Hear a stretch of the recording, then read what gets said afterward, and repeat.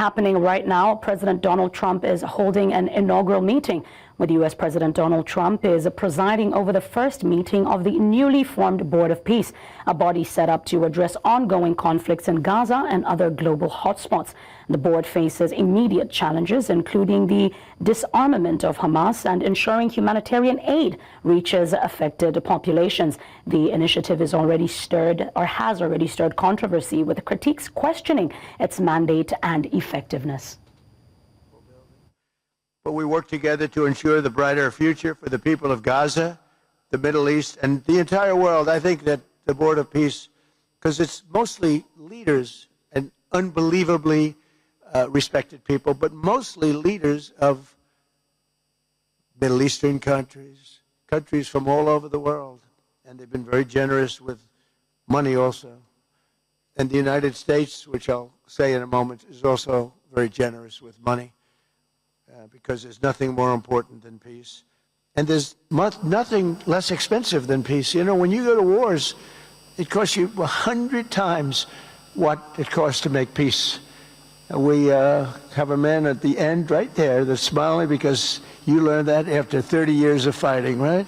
30 years of fighting, we got it done. I want to thank you very much. That was a great thing you did, you and your new friend. They came to my office and they said, I've been fighting for 22 years. Now you're there for 23 years, right? But I've been fighting for 22 years. That's all I've done is fight this gentleman. And his counterpart was there for 7 years. He said, I've been there for 7 years. All I've done is fight this gentleman. And we had it worked out in about 24 hours, right? And it's been a good piece of that. I think they've become friends. I'm not sure I'm allowed to say that, but I think so. I think they've become friends, right? Right. Great. Stand up. Stand up. These are two tough cookies. You think that was easy? It wasn't easy. These are two tough people, good people, but tough people. But, you know, we're in the Oval Office, and we were getting near. But the one was at one side of the room. I have two chairs right in front of the desk, the beautiful, resolute desk. One's over here. One's on the other side of the room. I said, folks, could you get a little closer? Well, I don't know. They felt very uncomfortable. You know, they've been killing each other for 32 years. So I say, can you get a little closer? After 1 hour, they were right next to each other. We made a deal. They hugged, they signed, and we had peace with two very important countries, and I'll never forget it. So they started off a little weak, and they ended up really strong, and you can be very proud of yourselves. It was a beautiful thing to see. Thank you. Look at that. Can you believe it? 32 years. Thank you. Thank you very much. But we're honored to be joined today by Prime Minister Rama of Albania. Where is President Milei? You're another one, I'll tell you. Where is President Milei? I endorsed him. I'm not supposed to be endorsing people, but I endorse, when I like people, you know, I've had a very good record of endorsing candidates within the United States. But now I endorse foreign leaders, including Viktor Orban, who's here, and others. And I endorse this gentleman, Milei. He was a little behind in the polls. He ended up winning in a landslide. I just endorsed the Prime Minister of Japan. She was in a tight race, but was probably going to win. And she won in the largest number in the history of Japan. So she likes me a lot. But it was an honor, and you're doing good. Oh, look, they're sitting right next, Victor. But ultimately, I think I'm going to end up endorsing. Hey, look, as long as it works, it's okay with me. But the endorsement seems to be working in foreign countries, too, so that's good. But nice to have you both, Victor. Nice to have you both. Very proud of you. The Prime Minister of another, really just a great guy, Pashinyan of Armenia. President Aliyev of Azerbaijan. I love saying that name now, you know. At the beginning, it was giving me a hard time. Now I love saying it. It's a beautiful name. I love it. His Majesty King Hamad bin Isa Al Khalifa of Bahrain. Bahrain. Thank you. Thank you. Where are you? Where are you? He's so rich, he can sit there. He can sit wherever the hell he wants. You know, he could sit up in the corner. He could sit up top. He might take a piece of this building, Marco. He'll take 25% of the building for about $6 billion. Thank you. And you've been very generous also. We appreciate it. Prime Minister Hun Manet of Cambodia. Raise your hand wherever you may be. Because, yeah, hi, how are you? Congratulations. That was another one, right? We did a good job with that one. Prime Minister Madbouli of Egypt. Thank you very much, and say hello to the General/President. Okay? Prime Minister Orban of Hungary, who has my complete and total endorsement for election. Not everybody in Europe loves that endorsement, but that's okay. He does an unbelievable job. He's done an incredible job on immigration, unlike some countries that have hurt themselves, but they're working on it. But I just want to let you know, you have my total and complete endorsement, and I'm putting it out. I already did, but I'm putting it out again. And you're coming up with an election, and I think you should be good. I'll tell you, Millet did pretty well. He was a little down, right? And then he ended up winning in a landslide, so that's pretty good. You're going to do great, Victor. Thank you very much for being here. I appreciate it. You run a great country. A man that I really like a lot he's definitely tough. I don't want to fight him. President Prabowo of Indonesia. Thank you very much. Please, this is a big guy. I tell you, I said, how many people in Indonesia? He said, like 240 million. I said, no, say it again. How many? It's a big country you have. And you do a great job and respected by everybody. And thank you very much for being here. Thank you very much, Mr. President. President Tokayev of Kazakhstan, thank you very much. What a country that is. It's a wonderful country and a rich country, in case anybody has any question. We have some very rich people here today. President Osmani of Kosovo. President, thank you very much. Great job you're doing, too. Thank you very much. Prime Minister Sharif, I like this man, of Pakistan, because there was some fighting going on when I got to know him, and your Field Marshal, General, great General, great Field Marshal, a great guy. And I got to meet the Prime Minister. And he said in front of our Chief of Staff, Susie Wells, who's right here, he said, you know, nobody knows this, but I believe that President Trump saved 25 million lives when he stopped the war between us and India, right? You made that statement. I said 25 million lives, could have been much more, actually. But it was really a beautiful thing. You said that in front of a group of people they walked out. They don't think about it, but you're talking about that kind of lives. That war was raging. Planes were being shot down, right? And it was Pakistan and India. And I got on the phone with both of them, and I knew them a little bit. I knew Prime Minister Modi very well, actually. But I got to know Pakistan through a little trade. They were trying to make too good a deal, and I got a little upset with them. And in the end, they got what they wanted, right? And they made a good deal. And I got to like them, the Prime Minister, the Field Marshal, who's a tough man, a tough, good fighter, right? Good, serious fighter. I like good fighters, actually. And when I heard that they were fighting, I picked up a certain newspaper. I won't tell you which one, because it's fake news generally. But I picked up this newspaper, and I saw that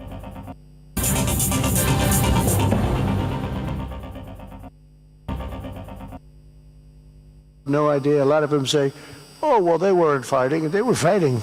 11 jets were shot down, very expensive jets. And they were all in. Both of them were all in, and now they're not. And I think we'll always be able to settle up with them. I really do. I think you're going to have, you know, it's a lot of progress was made even in the relationship. And Prime Minister Modi also, he's a great man. He's a great guy. They're all great. But I was very proud of it. President Pena of Paraguay is here. President, thank you very much. Young, handsome guy. It's always nice to be young and handsome. Doesn't mean we have to like you. I don't like young, handsome men. Women, I like. Men, no, I don't have any interest. Good. That's right. That's right. Thank you very much. You're doing a great job, too. His Excellency, Prime Minister Al Thani of Qatar, just a great man, please, a great man and highly respected. And he's working with a man who is amazing. I always say he needs a public relations agency because you do so much good and they have you down as evil. And you're not evil. You help us so much and you're such a good ally. And I just want people to know that. And the Emir is incredible, smart, as smart as you can be, a great leader. And he cares so much for the people. And he cares so much for the Middle East. So I want to thank you very much and send my regards. Your country has been a great help. So, you know, surprising to some of the people writing out there, but now they'll start changing their tune because it's true. I only tell the truth. Prime Minister Don of Romania, wonderful people. The Romanian people are fantastic, fantastic people, like you're fantastic. And a lot of them come and work in this country and help us in this country, as you know, and it's they are just really, really solid people. President Mirziyoyev of Uzbekistan, who is where? There he is, and a friend of mine. He's got one of the most difficult names in history, but that's okay. It doesn't matter. Your country's doing great. You're doing great. And just no problems. Every time I see him, nope, we're doing good. No problems. And General Secretary To Lam of Vietnam. Vietnam is incredible as a country and as a force. And it's an honor to have you. A really great honor to have you. A lot of respect. A lot of respect for your country. We'll also want to express my gratitude to Vice President J.D. Vance, who is a fantastic man. He's a fantastic talent. He was a great student. He went to one school. He graduated. You know, most people, if you watch some of the people that were at the event in Munich, they didn't graduate quickly from college. They had everything they could do. There was one young, attractive woman. She was unable to answer questions. And she didn't do so well like J.D. did in college. J.D. graduated in a 4.5-year college in 2 years. And then he went to Yale and he graduated at the top of his class, went to the military grade. But when he went to Yale, there was one person that was marginally ahead of him, so he married her. Can you believe it? He married the person that was ahead. I don't know. I always like to say J.D. was first and Usha was second, because I get a little uncomfortable when I say them. But he's been incredible. He's a brilliant guy and a great guy, and he's been my friend. All of our people, we have a fantastic group of people, our cabinet members, everybody, many of them here. But JD's been great. Thank you very much. He gets a little bit tough on occasion. We've got to slow him down just a little bit on occasion. He says his mind. Now then we have the opposite extreme. We have your friend sitting in the back. Your best friend sitting in the back is Marco. Marco does it with a velvet love, but it's a kill, right? The result is the same. They do it very differently. And Marco, you really did yourself proud 2 days ago in Munich. In fact, so proud that I almost terminated his employ because they were saying, why can't Trump do this? I do, but I say it differently. But Marco, don't do any better than you did, please. Because if you do, you're out of here. But no, I want my guys to do great. And the acclaim he's gotten and the acclaim JD gets is great. We have smart people. And when you see the representatives there, like Gavin Newsom, he didn't know what he was doing. They didn't even know why. He didn't know why he was there. Or AOC, she was unable to answer a simple question. And she could have said, well, I'm studying it and I'll report back to you next week. You know, you can get away with that. But she just went,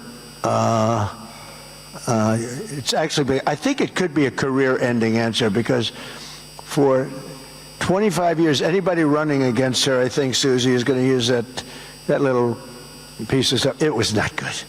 It was not good. That was not a natural. So I want to thank JD. I want to thank Secretary of State Marco Rubio. They're extraordinary. I want to thank Special Envoy for Peace, Steve Witkoff, who has been unbelievable. You know, I took Steve because I was a developer in New York, really successful, actually much more successful than Steve, but I don't want to say that. I'm not going to say that, Johnny. I refuse to say it. But I saw something in Steve. Steve's a great negotiator. Everybody loved him.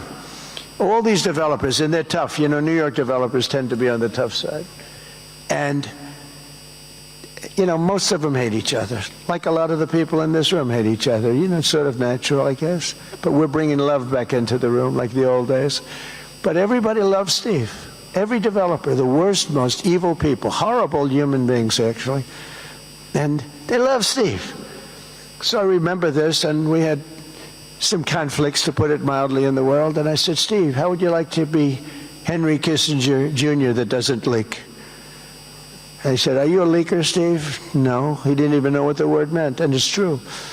I always say Henry Kissinger, who was one of the great leakers of all time, by the way, Richard Nixon said to him, Henry, who's leaking all this stuff?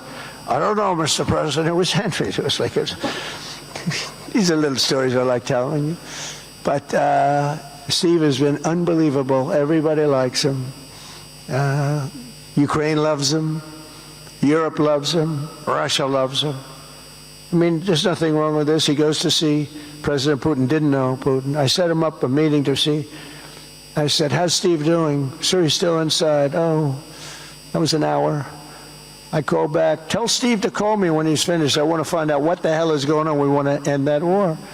Sir, he's still inside. 3 hours, 4 hours. They were together for 4 hours, the first meeting. That's talent. And they get along. I mean, people like or don't like Putin or Zelensky. They get along. Same thing with Zelensky. I mean, they all love Steve, and Steve's doing a great job. That's a tough one. That's a much tougher one. I would have thought that some of the ones that we settled that are up here would have been, I thought this would be easy because I have a very good relationship with President Putin. I have a very good relationship with President Xi. I'm going to be going to China in April. That's going to be a wild one. I said, but we have to put on the biggest display you've ever had in the history of China. You know, last time I went to China, President Xi, he treated me so well. He gave me a display. I never saw so many soldiers all the same height, exactly the same height within a quarter of an inch. You can do that when you have 1.4 billion people. You know, lots of shoulders. Everybody was within about 1/8 of an inch the same height. I said, if they put their helmets down, you could have played pool on the top of their heads. And it was pretty amazing. But I said, you got to top it. He said, I'll top it. We're going to top it. We're going to have a lot of the people, most of the fake news back there is going to be going. So we have, Steve has done a great job. And then a little bit later on, we brought Jared in. Jared was responsible for the Abraham Accords, which is incredible. Nobody else could have done that. A very smart guy. And we're making Jared an envoy also, envoy of peace. They're both envoys of peace. And you couldn't get two. I tell you what, I watch these two guys. I say, at least we're covered from an IQ standpoint. These two guys walk into a room. And but people like them both, you know. They're good people.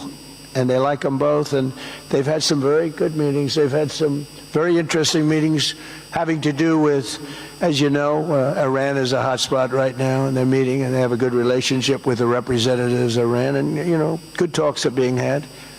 It's proven to be, over the years, not easy to make a meaningful deal with Iran. We have to make a meaningful deal. Otherwise, bad things happen. But we have to make a meaningful deal. But they have a great relationship with the representatives of Iran. They have a great relationship with the other one that they're really working on now, because so many of these, I mean, as an example, Kosovo, Serbia, I did that one. Could you stand up, if any of you guys are, when you're here, just stand up for a second. Kosovo, Serbia, stand up.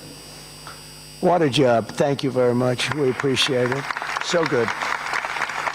And you're getting along, and when you don't get along, you'll call me, and we'll get it solved, right? We'll get it solved.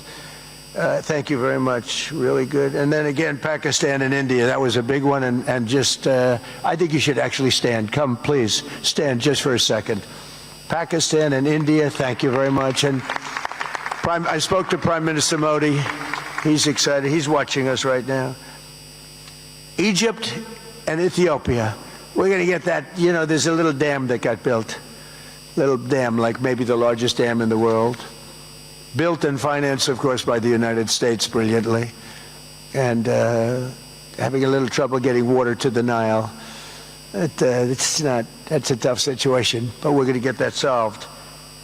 Armenia and Azerbaijan, we talked about, and again, thank you, fellas, very much. Great job. Great job. Thank you. Cambodia and Thailand.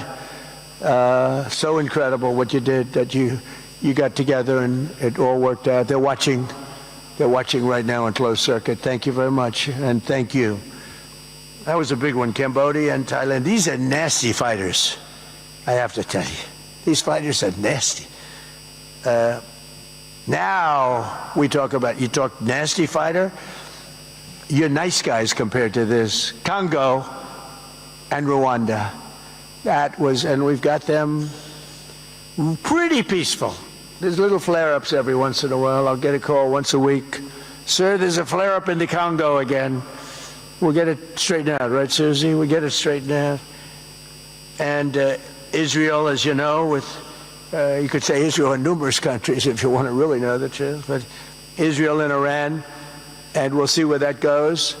But when you think of Israel, we've done the biggest thing of all. We have peace in the Middle East right now. That's bigger than people said it couldn't be done. For 3,000 years, they've been talking about Middle East. They said it couldn't be done. And you look at what's happened in Gaza. And one of the keys to it was when we took those beautiful, magnificent, we just ordered 22 more of them, updated model. The B-2 bombers are incredible. I never understood the B-2 bomber. I'd watch, it's a wing. And I've never quite understood that, Johnny. I'd look at it and say, it's beautiful, but what does it do? It carries very big bombs. And it went into Iran, and it totally decimated the nuclear potential. And when it did, when it decimated that, all of a sudden we had peace in the Middle East, because there was a black cloud hanging over the Middle East, and if that wasn't done, that cloud would have been there. And countries like Saudi Arabia, countries like Qatar, countries like, nobody could have signed. You would have had that threat. Nobody could have had, you couldn't have had peace in the Middle East. So now we may have to take it a step further, or we may not. Maybe we're going to make a deal. Well, you're going to be finding out over the next probably 10 days. But this meeting today is proof with determined leadership nothing is impossible. When I took office, the war in Gaza was raging with thousands of people being killed and no end in sight. Today, thanks to unrelenting diplomacy and the commitment of many of the great people in this room, we have 59 countries signed up on Gaza. Think of that. We have, it's amazing. But all the people, many, really so many in this room, the war in Gaza is over. It's over. There are little flames. Hamas has been, I think they're going to give up their weapons, which is what they promised. If they don't, it'll be, you know, they'll be harshly met, very harshly met. They don't want that. You know, all the stuff like they don't mind dying. They told me that's not true. Everyone said, oh, they don't mind dying. No, they don't want to die. They said, we don't want to die. People don't want to die. The ceasefire was held, and every last remaining hostage, both living and dead, has been returned back home. Think of that. That was an impossibility. And we did hundreds of hostages, but the last 20, and I always said to Steve and Jared, I said, the last 20 are going to be very tough, very, very tough. And we got them back. We got the living back, and then we only got about 16 of the dead, and we said, well, you got to get them all. You promised them all. And they dug and dug and dug. You can imagine it's a job that's brutal. And Hamas really did a lot of that work. And you got to give them credit for that. They brought the last one home a week ago, and we got all 28 of them, living and dead. The amazing thing, because I've never seen anything quite like it, the parents of the dead, they knew their boy was dead. This case, boys, all boys, men, but to the parents' boys. They knew their boy was dead. They wanted that dead body as much as if he were alive.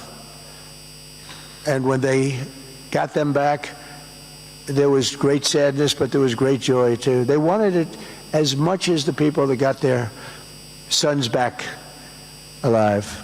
But we got a lot of people before those 20, Steve, what nobody talks about. But, you know, hundreds of people. We did a good job, and you guys did a fantastic job. I want to thank every nation that helped us achieve this monumental breakthrough, saving countless lives, and really bringing peace and bringing the concept of peace, because nobody thought peace in the Middle East. I've always heard peace in the Middle East is impossible, and it's turned out not to be. And we do have some work to do with Iran. They can't have a nuclear weapon. It's very simple. You can't have peace in the Middle East if they have a nuclear weapon. And they can't have a nuclear weapon, and they've been told that very strongly. Since the hard-won ceasefire of last October, the United States and our partners have facilitated the delivery of vast amounts of humanitarian aid, numbers that nobody's ever seen before. In November, the United Nations Security Council unanimously approved the Board of Peace. And last month in Davos, we welcomed over 24 members to this very important new organization. And we are very closely working with the United Nations. In fact, I'm going to speak to the Secretary General in a little while. He's a good man. And I've had a good relationship. Other than in my last speech, they did turn off my teleprompter. I got up there. My teleprompter didn't work. I'm sitting in front of all of you people and more.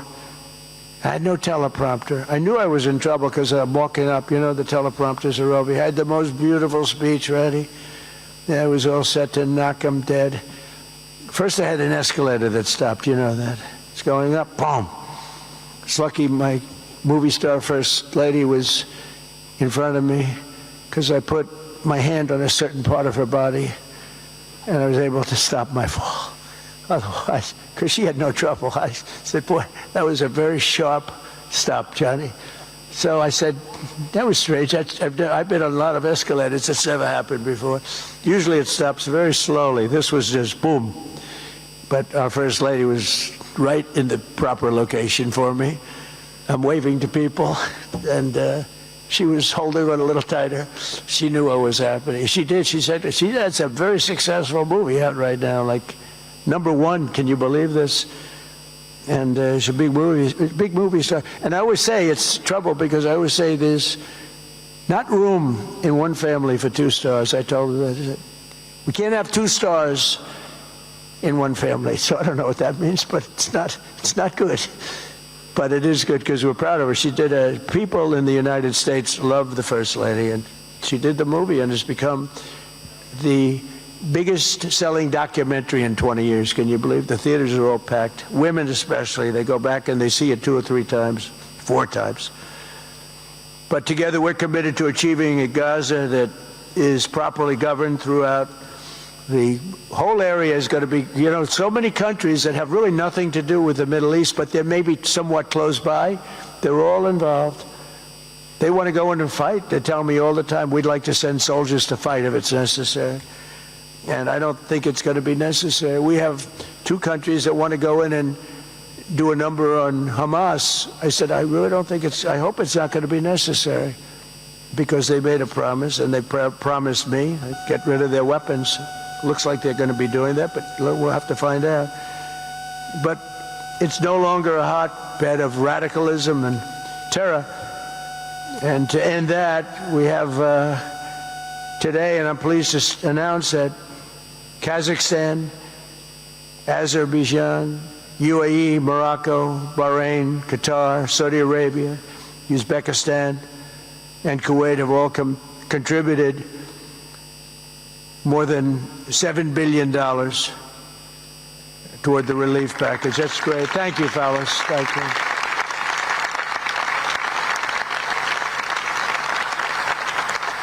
And many more are contributing too. So the numbers are, you know, this just started. This is our first meeting. But every dollar spent is an investment in stability and the hope of new and harmonious It's a region that's so important, it's so vibrant, it's so incredible. The people are so incredible, but we want to have a harmonious Middle East. The Middle East is amazing.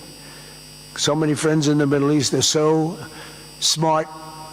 Sometimes they're too energetic. That's the problem. You know, a lot of people aren't energetic. Sometimes they're a little bit too energetic. These are great people. The world is now waiting on Hamas, and that's taking place, and it's the only thing that's right now standing in the way. We have Lebanon with certain things that we're working on that are very important. We have to solve the problem of Lebanon, but it's relatively small in terms of what's been done. And again, the key was getting rid of the nuclear potential, because Iran would have had a nuclear weapon based on everything we found out since within 1 month. We can't let that happen. So many of our friends in Europe are attending today, and we're eager to have them become full members. They all want to become full members, and we've had a great response from Europe. And Europe is, you know, it's where I come from, where so many people come from that are in the United States. But we have a great relationship with Europe. We have a great head of NATO.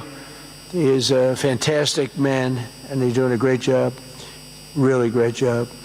I'm excited to announce that Norway has agreed to host an event bringing together the Board of Peace.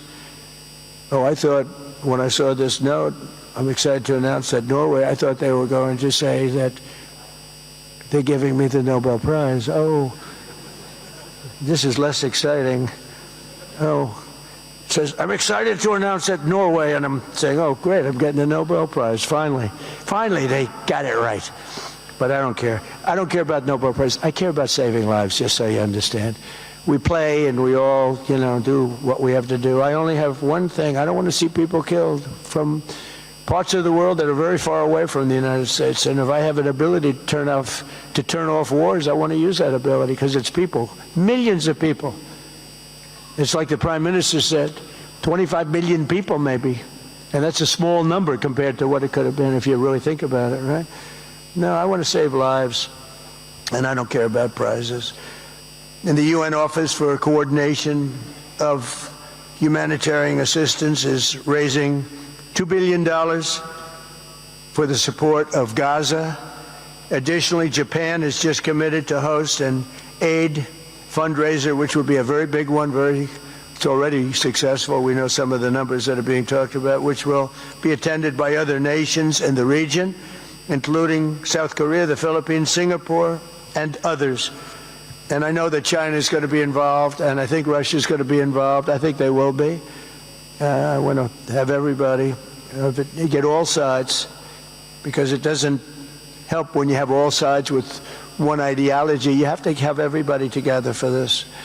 I'm also pleased to announce that FIFA will be helping to raise a total of $75 million for projects in Gaza. And I think they're soccer related, where you're doing fields and you're getting the greatest stars in the world to go there.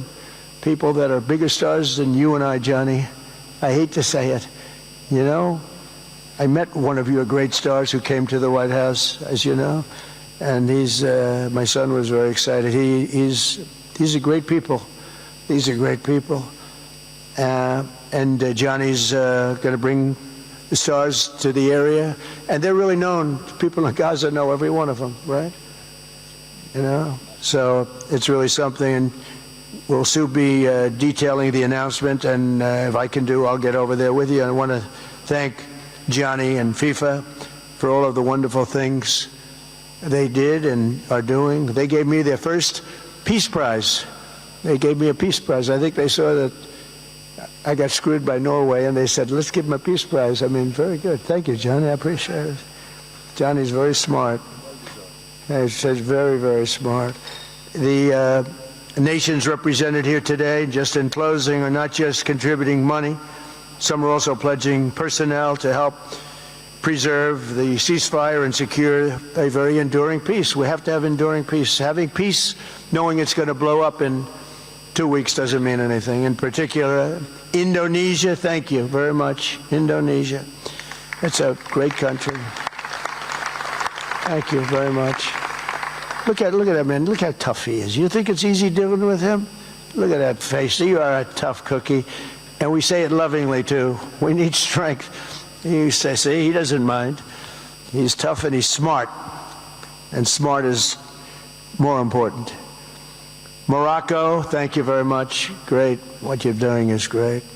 Albania, Kosovo, Kazakhstan have all committed troops and police to stabilize Gaza. Egypt and Jordan are likewise providing very, very substantial help, troops, training, and support for a very trustworthy Palestinian police force. We think we're getting some very good people on that police force.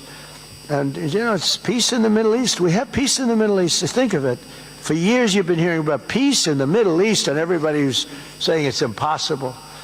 All of these countries are working together around the vision of a Middle East that is free from the curse of extremism and terror. And now is time. And by the way, even people with extremism and preaching extremism, they're exhausted. They're tired. It's been going on for too many years. I don't care who you are. They're tired. They want peace. And now is the time for Iran to join us on a path that will complete what we're doing. And if they join us, that'll be great. If they don't join us, that'll be great too. But it'll be a very different path. They cannot continue to threaten the stability of the entire region, and they must make a deal. Or if that doesn't happen, I maybe can understand. If it doesn't happen, it doesn't happen. But bad things will happen if it doesn't. With the commitments announced today, the Board of Peace is proving that it does not just convene countries. It devises and implements, and real solutions happen. We've come up with solutions. This is so little talk. This is very little talk, all action. First time, it was always talk in the Middle East. People would talk about peace in the Middle East, and then they'd go home and they'd never even think about it again. Nothing would happen. We're providing a model for how responsible sovereign nations can cooperate to take responsibility for confronting problems in their own regions. The Board of Peace is showing how a better future can be built, starting right here in this room. And I want to let you know that the United States is going to make a contribution of $10 billion to the Board of Peace. Thank you.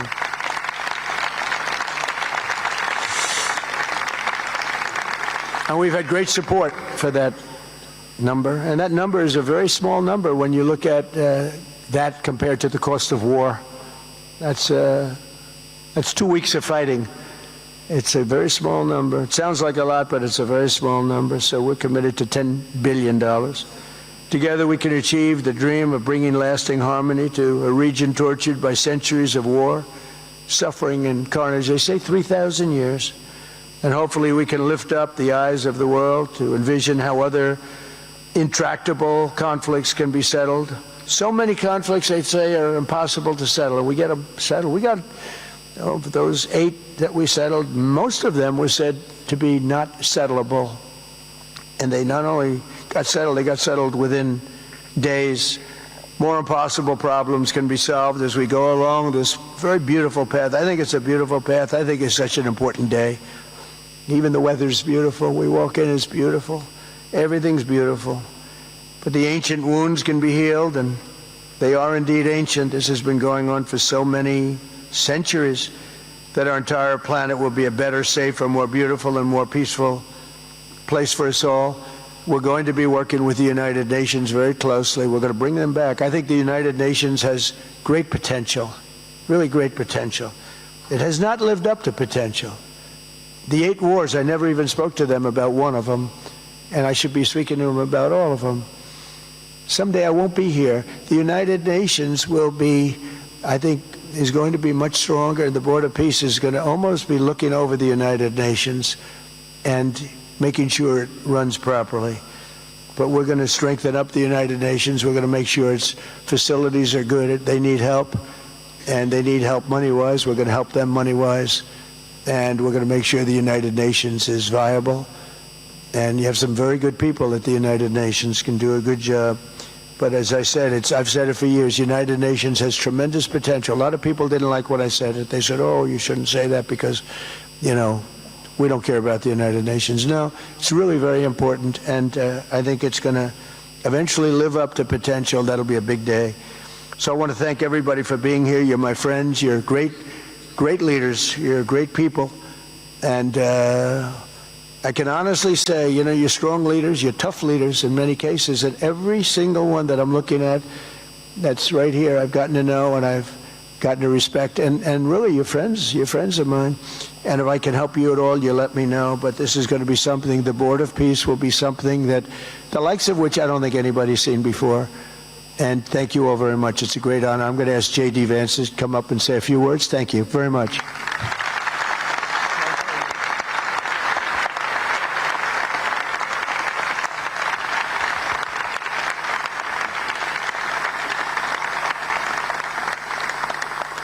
Well, thank you, Mr. President, very much for your leadership, but also for the kind words about me personally.